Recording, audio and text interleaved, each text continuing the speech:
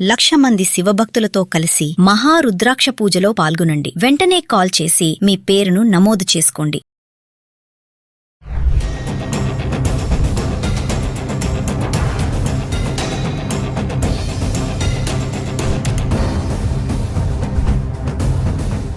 Hello viewers, welcome back to our channel. మరి Trump తీసుకునే నిర్ణయాలు కానీ డెసిషన్స్ కానీ చాలా ఫాస్ట్గానే చూస్తున్నాం. ఎందుకంటే ట్రంప్ రూల్ అలా ఉంటుంది. ఉన్నటువంటి ఈ 4 సంవత్సరాల్లో కూడా ఆయన ఒక మార్గం నిలిచిపోవాలనుకుంటున్నారు. మరి ఇందులో చూసుకుంటే ఒకటి, ప్రభుత్వ రంగ ఉద్యోగుల్ని కూడా తగ్గించే ప్రక్రియలో 8 నెలల జీతం ఇచ్చేస్తాము, ఇమీడియట్లీ రాజీనామా చేయండి అని చెప్పడంతో మరి ఈ రోజు ట్రంప్ ఇచ్చినటువంటి ఆ ఎఫెక్ట్ ఫలించిందని అనుకోవాలి. 40,000 మంది ఉద్యోగులు ఉన్న పలంగా రాజీనామా చేసేశారు. మరి దీనిపైన మాట్లాడడానికి మనతో పాటు ఉన్నారు center for human security studies founder and executive director Kanneganti Ramesh Babu గారు. సార్తో మాట్లాడదాం. నమస్తే సార్. నమస్తే నవీన గారు. సార్, మా 6th ఫిబ్రవరి డెడ్ లైన్ పెట్టారు. 8 నెలల జీతం ఇచ్చేస్తాము, ఇమీడియట్లీ రాజీనామా చేసేస్తా అని చెప్పారు. మరి ఈరోజు ట్రంప్ ఎఫెక్ట్ ఫలించిందని అనుకోవచ్చు అంటారా? 40,000 మంది ఉద్యోగులు రాజీనామా చేశారు సడన్ గా.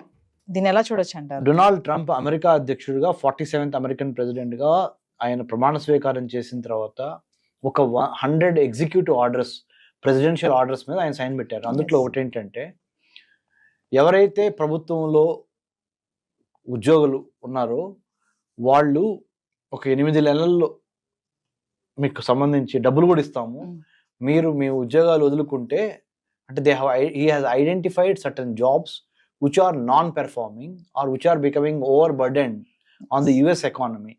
అమెరికా యొక్క ఆర్థిక మూలాలకి ఈ ఇంతమంది ఉద్యోగులు ఉండటం మూలాన ఇబ్బంది కలుగుతుంది.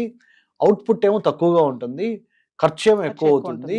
ఆ ఖర్చు ఆదాయాన్ని బ్యాలెన్స్ చేయటం కోసం అమెరికా ప్రభుత్వంలో పనిచేస్తున్న కొంతమంది ఉద్యోగుల్ని, కొన్ని పోస్టుల్ని గుర్తించి వాళ్ళని మీరు తప్పుకోండి, వాలంటీర్గా స్వచ్ఛందంగా తప్పుకోండి, లేదా నేనే తొలగిస్తాను మిమ్మల్ని. స్వచ్ఛందంగా తప్పుకుంటే నేనేం చేస్తాను, ఒక 8 నెలలు శాలరీ మీకు ముందలుగానే ఇచ్చేసేస్తాను. దాంతోపాటుగా ఇంకేదైనా అవకాశాలు ఉంటే కూడా తర్వాత ఫ్యూచర్లో మేము కన్సిడర్ చేస్తాము. So try to respect what we have, what we wanted to do. Reduction of government employees in the governance framework, so that we don't need to spend much on the salaries part. ఆ విధంగా అమెరికాకి మేలు జరుగుద్ది అనేది ఒకటి. రెండోది, మరి ఎంతమంది విల్లింగ్ గా ఉంటారో ఉండరో అనుకొని చాలా ఆసక్తి ఉంది. ఏమైనా గొడవ చేస్తారా ఉద్యోగస్తులు మన భారతదేశంలో, లేకపోతే మన ఆంధ్ర తెలంగాణలో, మిమ్మల్ని ఉద్యోగాల నుంచి మేము తీసేయమంటున్నాము, పక్క తప్పుకోమంటున్నాం అనగానే మన వాళ్ళు రోడ్డు ఎక్కుతారు. రోడ్డు ఎక్కి చాలా ప్రొటెస్ట్ చేస్తారు. చాలా ఉద్యోగాల సంఘాలు అందరూ ఒక జాయింట్ యాక్షన్ కమిటీ ఏర్పాటు చేయటం. మరి అమెరికాలో ఇది ఎందుకు జరగట్లేదు అన్నప్పుడు, అమెరికాలో అంటే వాళ్ళు ఇచ్చే బెనిఫిట్స్, ఆ కాంపెన్సేటరీ బెనిఫిట్స్ ఒకేసారి లంసమ్ 8 months కలిపి ఒకేసారి ఇస్తాను, ప్లస్ వాలంటరీగా తప్పుకుంటే మిమ్మల్ని పాజిటివ్గా కన్సిడర్ చేస్తాం అనేది వాళ్ళకి సింకిన్ అయినట్టుంది. అమెరికన్ ప్రెసిడెంట్ చెప్పింది వాళ్ళకి నచ్చే విధంగా చెప్పుండొచ్చు, లేదా గత్యంతరం లేక చేస్తూ ఉండొచ్చు. ఏదైనప్పటికీ తప్పుకోవడం మంచిదిలే అని అందరు తప్పుకోలేదు. కొంతమంది ఒక 40,000 మంది వరకు తప్పుకున్నారు. ఇంకా రానున్న రోజుల్లో, today is 7th February 2025, another 100 days లో ఎలా సీన్ మారబోతుంది, will wait and see. But definitely internal revenue service తీసేసి ఎక్స్టర్నల్ రెవెన్యూ సర్వీస్ పెట్టాడు అమెరికన్ ప్రెసిడెంట్ డొనాల్డ్ ట్రంప్. అంటే అర్థం ఏంటంటే, అమెరికన్ సిటిజన్స్ ఎవరు ఇన్కమ్ ట్యాక్స్ కట్టక్కర్లా, ట్యాక్సులు కట్టక్కర్లా, మీరు హ్యాపీగా డబ్బులు ఖర్చు చేసుకోండి.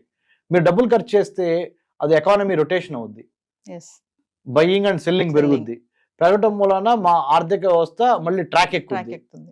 మరి డబ్బులు ఎక్కడి నుంచి తీసుకొస్తారు ప్రెసిడెంట్ ట్రంప్ గారు అని మీరు అడుగుతారేమో అని చెప్పి ఆయన ఏమన్నాడు, ఈ ఎక్స్టర్నల్ రెవెన్యూ సర్వీస్ ERS అనేది క్రియేట్ చేస్తాను.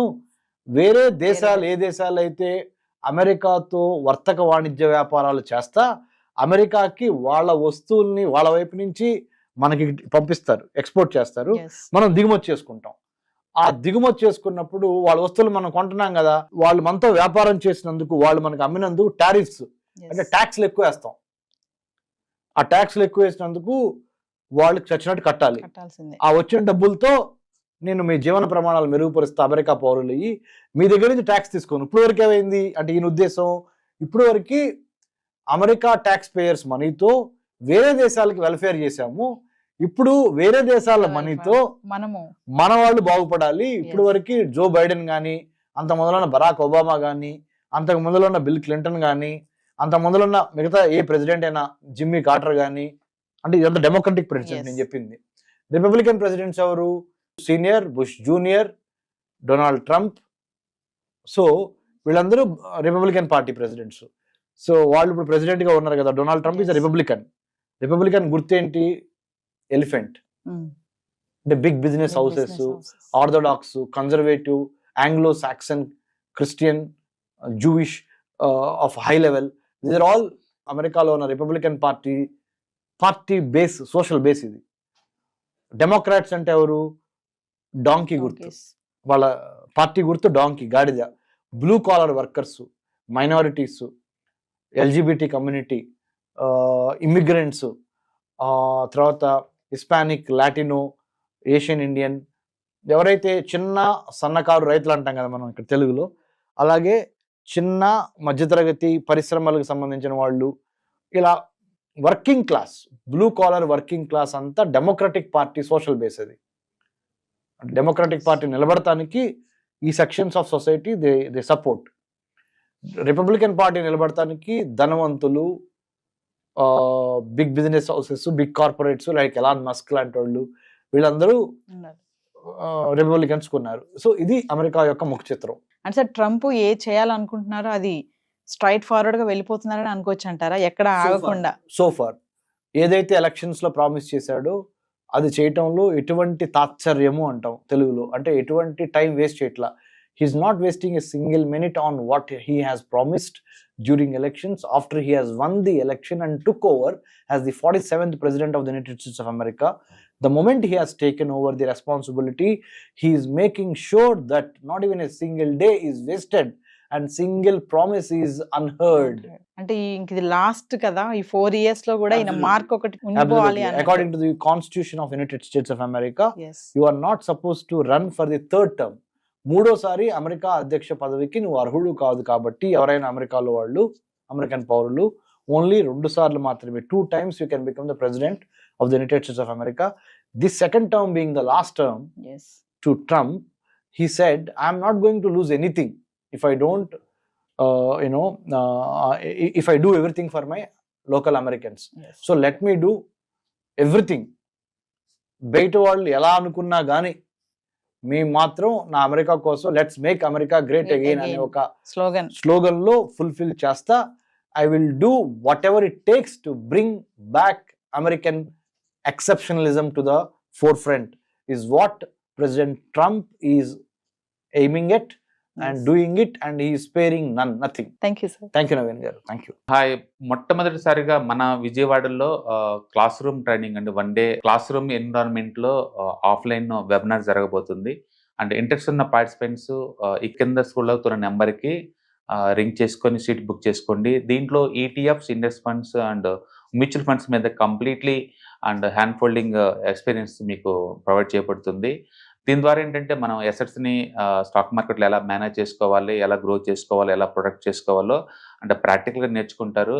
అండ్ మీ ఇప్పటి వరకు మనం ఆన్లైన్లోనే మీరు అటెండ్ అవుతున్నారు. ఇక నుంచి మీరు మన విజయవాడ సిటీలోనే అండ్ లైవ్లో క్లాస్ రూమ్ ఎన్విరాన్మెంట్లోనే నేర్చుకునే ఛాన్స్ దొరుకుతుంది. కాబట్టి ఇంట్రెస్ట్ ఉన్న పార్టిసిపెంట్స్ కింద స్క్రోల్ అవుతున్న నెంబర్కి పింగ్ చేసి సీటు రిజర్వ్ చేసుకోండి. Thank you.